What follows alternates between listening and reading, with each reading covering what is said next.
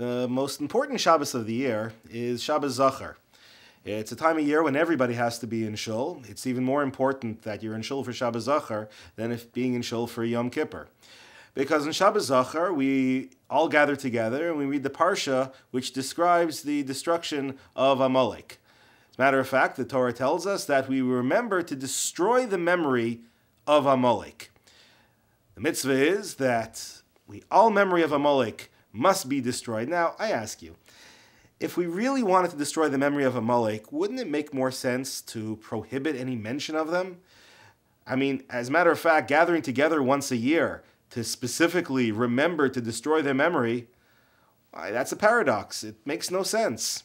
And we're quite obsessive about paying attention to the details of it as well. So much so that we repeat the last words. It says, is that the word Zecher? Is that the word Zecher? Say the pasuk over again. Pay close attention, because we must remember to destroy their memory. In fact, Torah tells us that when Amalek, they are considered to be the enemies of God. So much so that God refers to them, Ki yad al keis ya milchama la Hashem b'Amalek midar dar. That the battle that God has between himself and Amalek is one that goes between generation to generation. Now I ask you, is it really worthy for the master of the universe to be in a battle generation after generation with this particular group of individuals? Couldn't God find the more worthy opponent? And what in fact did they do that was so wrong? It says, Asher karcha baderech. They attacked us without provocation. So they attacked us without provocation. I'm not sure why that makes them the all-time worst anti-Semites in the history of the world. More than anti-Semites, they are the enemies of God because they attacked us without provocation. And that's why we must remember to destroy their memory. I believe that Amalek is actually more than this individual tribe.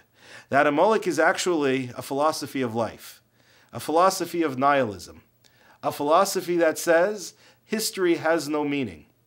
That while God actually conceals himself within the history of the world, looking over the events of life, giving us an indication of what God's message is, Amalek tries to undo that.